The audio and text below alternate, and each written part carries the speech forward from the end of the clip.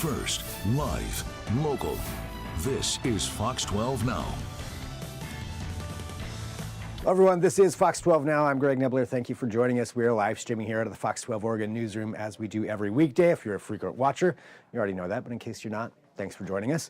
And make sure to download those Fox 12 Oregon apps on whatever device you're on, because it's an easy way to watch this show live and everything else that we do and watch after the fact. But something a lot of people are going to be watching this weekend is the big game going on between the Kansas City Chiefs, the Philadelphia Eagles. It's all happening on Sunday, actually on Fox.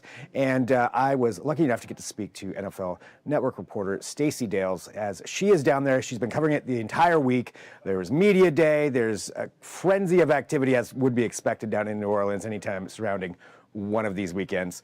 And she was able to have just a few minutes to talk to us from her hotel room before she was off to some other media event. But it really great to catch up with her and just find out some of the things that she's seen, you know, some of the big stories that are happening down there, particularly with the Eagles, A.J. Brown, Saquon Barkley, a lot happening. So let's just go straight to it. Here it is, Stacey on Fox 12 Now. Well, Stacey, thanks for being here with us. I appreciate it. I know it's busy and it's crazy. It's New Orleans any time of the year is crazy, let alone probably during a Super Bowl. So thank you for having some time, and hopefully you've had any amount to sleep this week. I don't know if that's even possible during this. You know what? I actually do go to sleep. I'm not one of those that stays up all night with the likes of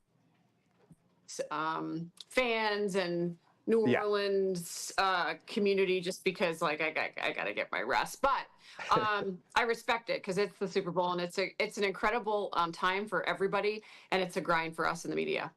Oh yeah, I mean nonstop. Well, I mean talking about that too. You know, you've been there with the Eagles for a lot of this week, and you know what's been your overall impression, you know, with Media Day, you know, and with Media Day in general, but just hanging out with them this week, their feelings and the impressions that you've gotten. Yeah, so you mentioned Media Day, like the week kind of kicks off with the opening night, which is it's really for fans in a big way, but we get access starting on Monday night, and then basically Tuesday, Wednesday, Thursday, we are embedded with these teams. And so for me, being with the Eagles all week, you just get, you know, you turn to your left and there's A.J. Brown, and you turn to your right and there's Saquon Barkley. So it's really cool access. And you learn a lot about these players, even on top of what you learn in the regular season. And the reasons both of these teams are here is because they have great complementary football. They have amazing coaching, obviously with Andy Reid with the Chiefs, Nick Sirianni with the Eagles, and they have really, really strong cultures. And I say that every year at the Super Bowl, the best teams with the best cultures that are as connected as these teams are, that's why they're here. And so both of these teams have that. And, you know, it's kind of a rematch that maybe we expected, but maybe we didn't, of Super Bowl 57. And certainly the Eagles are a different team this time around and would love a little bit of revenge against Kansas City. Yeah, I mean, definitely that rematch, but as you mentioned, you know, a little bit different because, well, one person just mentioned Saquon Barkley being there. Now that's certainly a huge difference. And I know, did you get some time? I believe it was talking to, I don't know about Saquon, but the position coaches as well. What's the overall feeling that you've gotten about him and just what he's done for this team?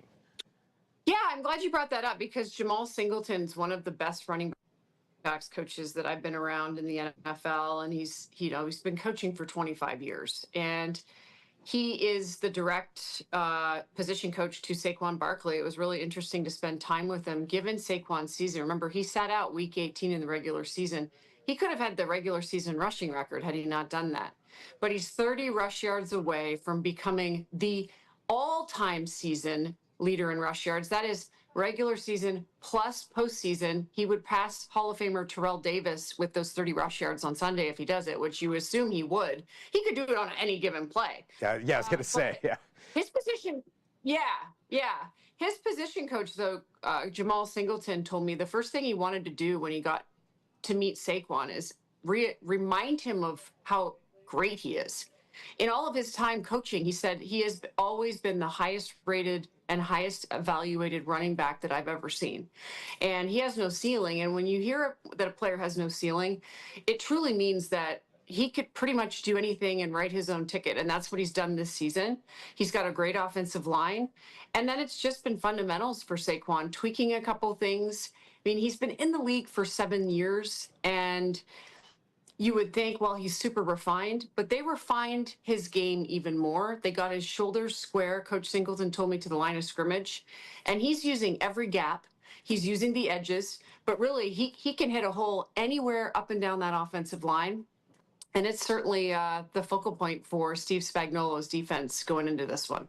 I mean, I'll say, just as a fan of the game in general, it is a lot of fun to watch Saquon Barkley play, especially this year. Yeah. I mean, regardless of who you're rooting for, I mean, he's phenomenal. It's something really special, happening there. Something else too with the Eagles that's interesting when you talk about the personalities. AJ Brown. With that book that he was reading on the sideline earlier this year, I think it's Inner Excellence, and was just such a strange sight to see. But the meaning behind it for him, was pretty interesting too. And I believe you had a chance to talk to him too. Is that right? I did. He's really interesting. Yeah. Yeah. What's he like one-on-one? Yeah, he is really introspective. He's really intelligent. He's extremely thoughtful. I just, like, one of his quotes this week is, "Don't bring feelings from the past into new opportunities." And I thought that was a great message for all of us.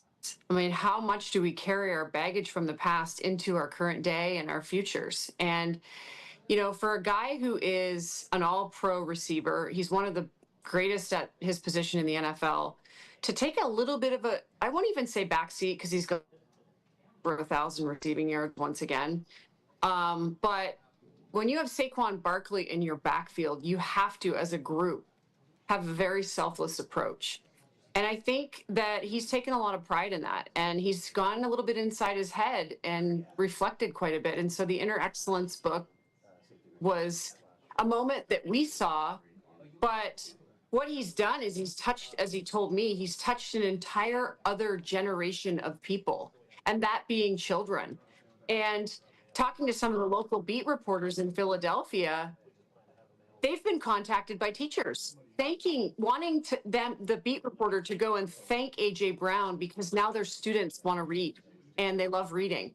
So, I mean, when you have that kind of an impact, and that's where you want these NFL players to touch lives, that's what AJ Brown's done. And he's also done it on the field. I think he's really critical, though, on Sunday, because he has got to make plays for Jalen Hurts.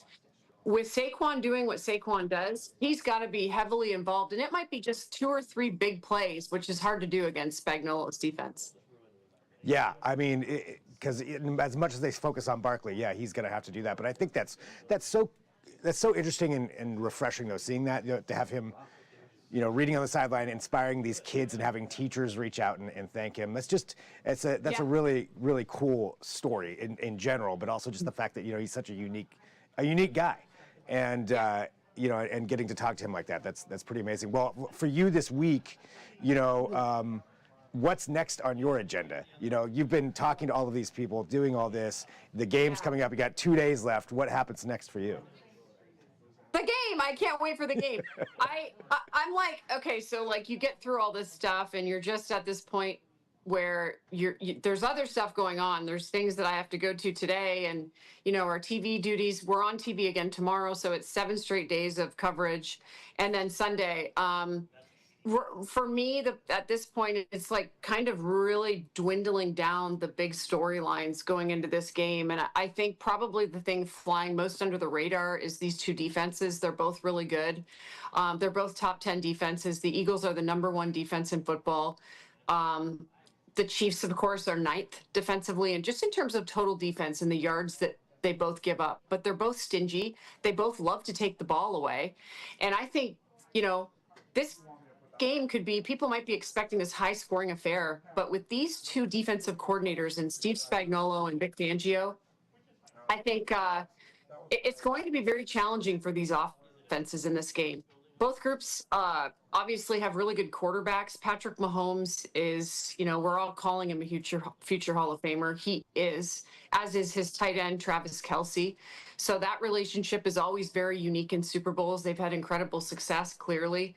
But Jalen Hurts is maybe, the other name that they believe he is well versed in terms of his versatility. He's been questioned a little bit this season because he's got Saquon Barkley, and does he throw it enough? And does he have enough through the air that can get the job done? Internally, the Eagles believe that he does, and they're very confident in his ability. And it's a really tight-knit group coming out of Philadelphia, as are the Chiefs. Listen, I had him on Christmas on Netflix, and I remember then talking to offensive coordinator Matt Nagy, and he told me, we're finally healthy and we're getting healthy. They're a little dinged up here and there, but generally speaking, they're peaking when they want to. And so this will be a great contest on Sunday. It really is. I mean, just as you mentioned, there's all those weapons on the offense. People all know about them, but those defenses, just to see what they can take away from somebody. I'm hoping we have a pretty fun game. I mean, it seems like it's going to be that way. We do. Well, Stacey. Awesome. Yeah. And Stacey, thank you, for having some time to talk to us throughout all this busy week, this craziness that you're going through. Oh, I love joining you. Thanks for having me. And let's hope we don't, like the last time I was here, I'll end it with this. We had a halftime electric blackout at the Superdome because Beyonce blew something in there. So I don't anticipate that. I think that was 2013. I anticipate a really good, clean game. And, we'll see. We'll see who comes out on top Super Bowl 59. Yeah. All right. Well, Kendrick won't have as many lights or something like that, so he doesn't blow it out this time. Let's hope not. All right, Stacey, thanks so much. I appreciate it. You got it. Thanks, guys. Big thank you to Stacey for joining us. She's very, very busy, but really appreciate her having time to be here on the show. And thanks to everybody who's joining in with us, too. Again, this is Fox 12 Now. If it's your first time watching, feel free to share this episode. We're at kptv.com under the Fox 12 Now tab. You can find us on YouTube as well or on the Fox 12 Oregon apps. So lots of places to make sure that other people can watch this. And we appreciate you joining us. We have more, though, throughout the afternoon. We're here every weekday, 1 p.m. to 4 p.m. And we've got a lot more coming up. So there's still a Fox 12 Weather Podcast video edition. We've got an afternoon cocktail. And we also have, if breaking news happens, we'll have that as well, all right here for you. So thanks for joining us. Again, I'm Greg Nibbler. This is Fox 12 Now.